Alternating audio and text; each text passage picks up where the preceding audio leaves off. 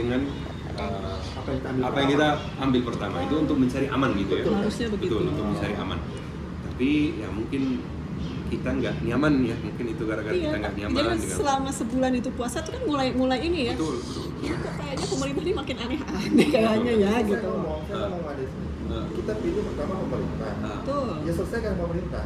Harusnya seperti itu, betul. Ya benar ya. Idealnya seperti itu. Dan Nanti nanti gampang juga sih sebenarnya.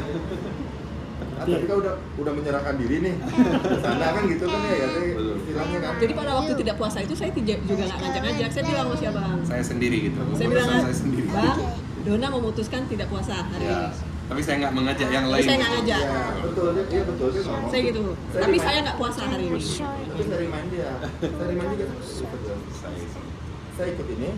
Saya kan sampai di sini. Nah, itu kembali ke keputusan dia kan. Makanya gitu. Ya begitu juga.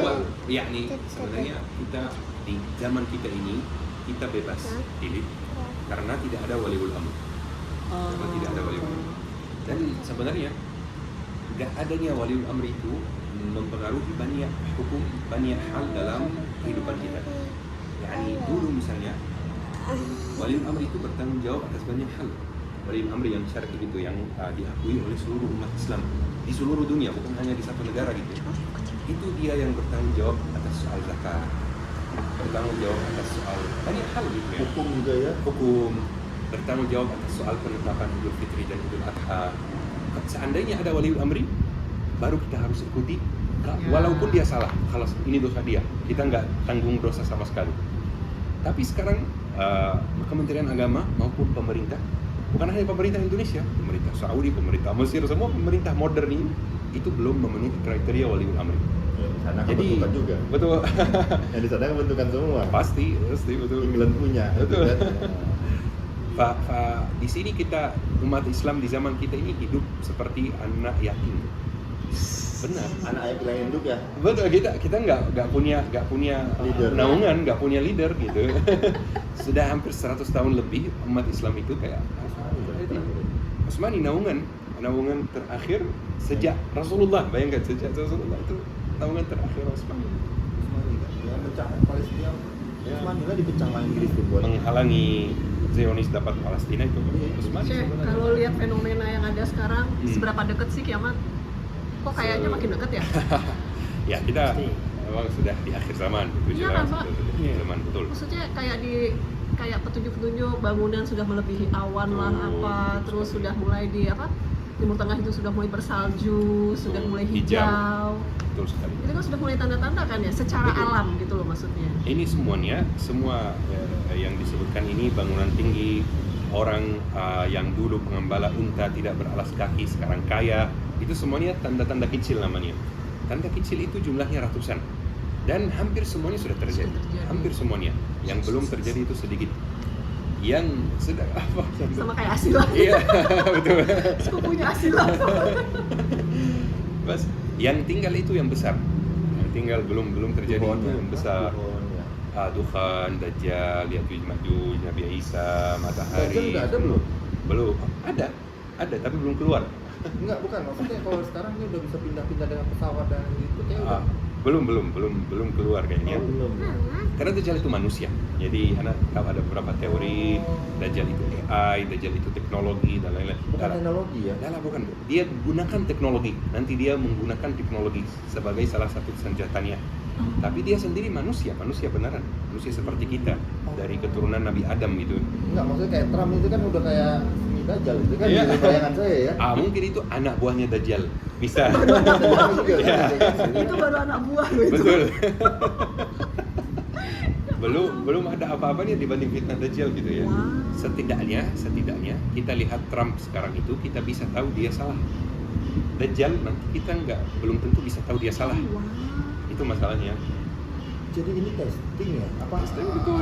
Trial. Betul. Trial. Terus Dajjal itu kalau sudah keluar, dia tidak akan mengatakan saya Dajjal.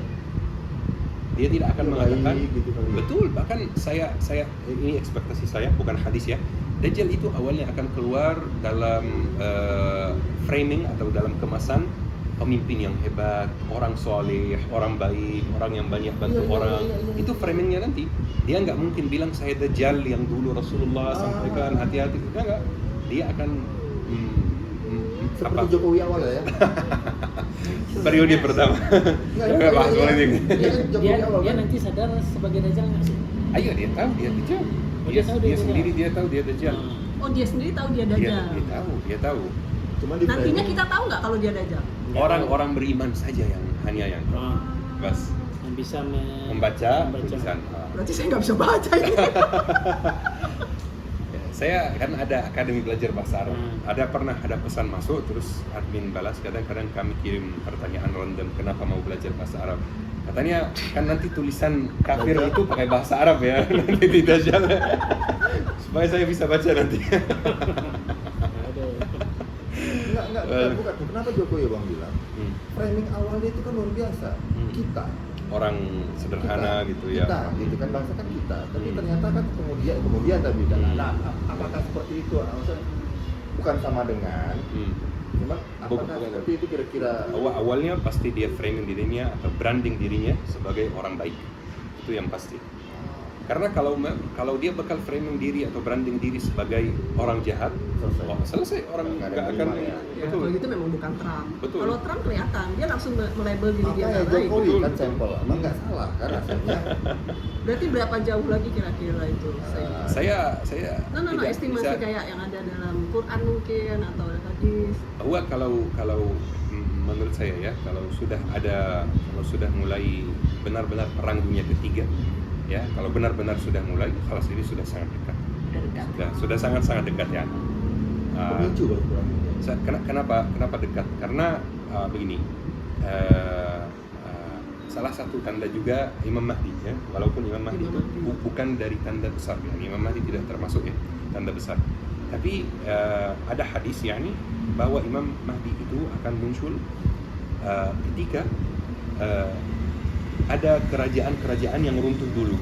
Jadi ada negara-negara yang akan runtuh dulu, pemerintahan yang runtuh dulu, baru Imam Mahdi muncul. Nah, kerajaan atau negara pemerintahan yang runtuh itu namanya dalam hadis kerajaan memaksa. Kerajaan memaksa. Ciri-cirinya seperti apa? Kerajaan yang menumpahkan darah warganya atau negara yang menumpahkan darah warganya, yang makan harta warganya. Indonesia dong. Ya, semua negara Islam sekarang, bukan hanya Indonesia, semua negara Islam yang Maka dari mengganggu pajak itu kehormatan. termasuk ini. Betul. Yang mengganggu kehormatan orang yang tidak bersalah. Jadi 3 ciri ini. Ini hampir semua negara di dunia sekarang. Salah satu tanda atau Imam Mahdi itu akan muncul ketika kerajaan yang memaksa itu runtuh. Sekarang mulai runtuh satu-satu. Nanti kalau Indonesia ini kan lagi juga habis. Berarti tanda dong. Allahu a'lam la huwa. Kitanya udah menuju. Oh yang pasti mulai dulu dengan Timur Tengah karena pusat kejadiannya di sana. Kita Dimulai lihat dengan apa? Timur Tengah, negara-negara. Israel ini termasuk kerajaan nggak? Asumsi. Iya, termasuk kerajaan juga. Ini kerajaan. Negara, kerajaan di hadis ini maksudnya negara, pemerintahan. Maksudnya dia sudah dianggap seperti kan dia belum diakui juga sebagai negara. Kalau secara omongan, secara Iya, betul. secara de facto. Kita yang belum mengakui dia Iya, tapi sebagai secara jurinya dia kan sudah di negara ya. negara, sudah Palestina juga betul. negara Palestina juga. Bas, bahwa ketika yakni antum melihat ada beberapa negara di Timur Tengah yang rezimnya jatuh, ini sudah sangat dekat. Bas, kemarin Suriah, Iya. kemarin Suriah rezimnya jatuh juga kan. Iya. Besok itu ekspektasi saya Mesir itu sudah sangat dekat. Mesir. Terus setelahnya bukan Arab, Mesir Arab. Mekah itu. Lah, Saudi Pak, itu di Saudi. Timur di Timur Tengah. Oh, Dekat. Timur di Timur Tengah. Uni Emirat Arab contohnya Dubai. Ada beda negara. Oh, beda. Ada Saudi, ada Uni Arab Emirates, Paham. yang ada Dubai bangunan tinggi Iya, dan iya, lain-lain. iya. Ada Mesir. Mesir itu sebagian masuk Asia, sebagian masuk Afrika gitu ya. Ketika kita melihat satu-satu mulai jatuh, itu Imam Mahdi sudah sangat dekat. Kalau Imam Mahdi sudah dekat, berarti Dajjal muncul di pemerintahan Imam Mahdi. Kalau Dajjal muncul, berarti Nabi Isa turun. Kalau Nabi Isa turun, berarti Ya'juj Ma'juj keluar, dan seterusnya gitu ya. Oh itu. Betul. Berarti kunci pertama Imam Mahdi dulu ya. Kunci pertama, rezim negara Arab hancur dulu. Dan sudah mulai Suriah kemarin, rezim Bashar al-Assad itu yang terlihat sangat kuat ya. Itu nggak bisa dikalahkan sama sekali. Itu tiba-tiba jatuh, tiba-tiba hancur. Dan sekarang As-Sisi goyang di Mesir. Lagi takut, lagi setiap hari tidur di istana yang berbeda supaya panglima militernya nggak tahu dia ada di mana, supaya dia nggak dikudeta. Setiap hari seperti ini. Muhammad bin Salman juga dia penjarakan ayahnya kan belum mati, tapi dia dianggap sebagai raja, padahal dia putra mahkota. Dia kurung ayahnya di dalam istana, ayahnya nggak boleh keluar. Dia yang tanda tangan atas nama ayahnya semuanya, keputusan perang, keputusan beli senjata, keputusan itu semua. Pelan-pelan itu semua jatuh, digantikan dengan rezim baru, plus perang dunia ketiga yang akan melemahkan adidaya di dunia. Karena perang dunia ketiga itu tugasnya apa? Menggantikan ada satu adik kuasa digantikan dengan adik kuasa lain. Ya, itu tugas perang dunia. Iya. Dulu Muqtad, betul. Dulu Inggris dan Perancis turun jadi Amerika dan Uni Soviet. Uni Soviet Betul. sudah hilang. Nanti Amerika turun, Berganti, ya. naik Cina, naik ke Rusia misalnya. Cina dan Rusia nggak akan akur selamanya. Mereka sekarang dekat-dekat. tunggu dulu. Mereka nggak akan akur Iya. betul. Sekarang oke ya. Sekarang oke, betul. Sama Iran sama Israel. Betul. Dulu Betul. keren sekali. Dulu dekat di Itu zaman. sih gedung-gedung tinggi itu kan banyaknya di Timur Tengah ya, terutama di Arab Betul, juga banyaknya. betul. Emang mereka nggak baca Quran ya? Maksudnya kenapa sih mereka bikin itu Matanya dibutakan. Karena hadisnya jelas gitu. Taral hufatal urata yatatawwaruna fil bunyan. Kalian akan mendapati orang-orang yang dulu tidak beralas kaki, yang dulu pengembala kambing, yang dulu miskin, sekarang betul, sekarang Singa. berlomba-lomba bangun bangunan yang tinggi. Gitu. Nah, itu kita lihat sekarang dulu orang Arab itu pekerjaan utamanya pengembala kambing, pengembala unta dan lain-lain. Sekarang berlomba-lomba bangun bangunan yang tinggi. Bas itu semuanya terjadi, semuanya di. Ya maksudnya kan itu kan udah tanda-tanda dan itu Betul. tertulis gitu loh. Kenapa masih dilakukan sih? Ngapain sih nyepet-nyepetin kiamat itu ngapain gitu maksudnya? Udah waktunya memang udah Pak. Betul. Kalau sudah, karena itu pasti terjadi. Yani tadi itu takdir Allah dan keputusan Allah pasti terjadi, dan makanya matanya dibutakan, pendengarannya nggak ada, kebenaran di depan matanya tapi mereka nggak lihat. Itu semuanya sudah terjadi.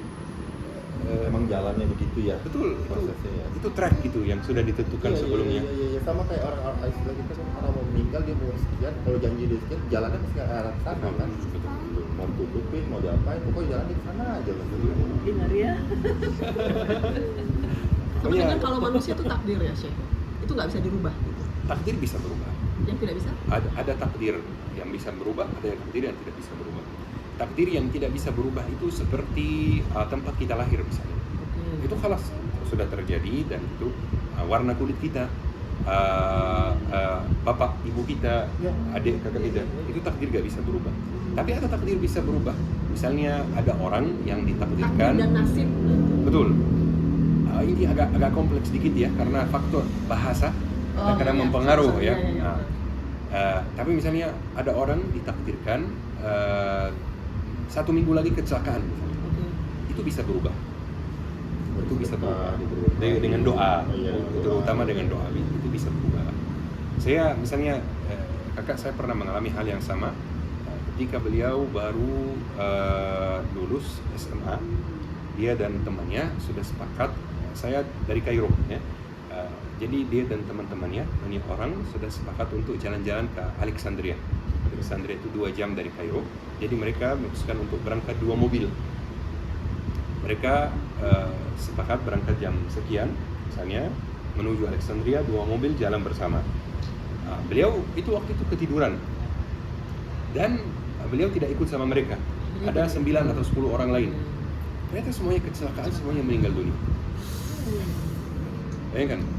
Dan itu hanya karena ketiduran saja, tidak ikut. Betul sekali. Tidurkan dia. Betul. Terus dengan kakak saya juga, kakak saya awalnya mau daftar TNI atau tentara ya di Mesir ya. Tentara tuh di Mesir harus ada ujian fisik dulu, ujian lari dan renang dan lain-lain. Tes. Beliau hari sebelum ujiannya main bola di jalan sama teman-temannya yang lain itu. Beliau mau bola di depannya, terus ada batu di depannya juga. Bukan bolanya yang didorong, tapi batunya. Jadi kakinya bengkak, jadi nggak bisa ke ujian. Dan itu jalan terbaik baginya, karena sekarang kita lihat tentara Mesir itu tentara zalim sekali. Membunuh orang di 2012, 2013. Bukan kayak dulu, lebih baik ya. Sekarang sudah jalannya sudah menyimpang.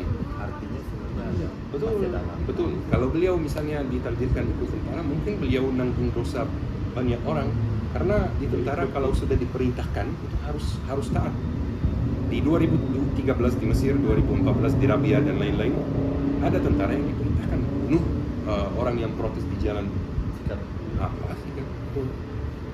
Mereka kan memikirkan, kalau saya tolak, saya diadili di pengadilan militer, saya di penjara, saya diambil rumah saya, diambil mobil saya, diambil saya punya keluarga, saya punya anak dan lain-lain. Mending gak ikut aja supaya alhamdulillah sekarang karirnya jauh lebih bagus dari tentara. Alhamdulillah hidupnya jauh lebih nyaman ya. Bas, itu takdir yang bisa berubah. Itu takdir yang bisa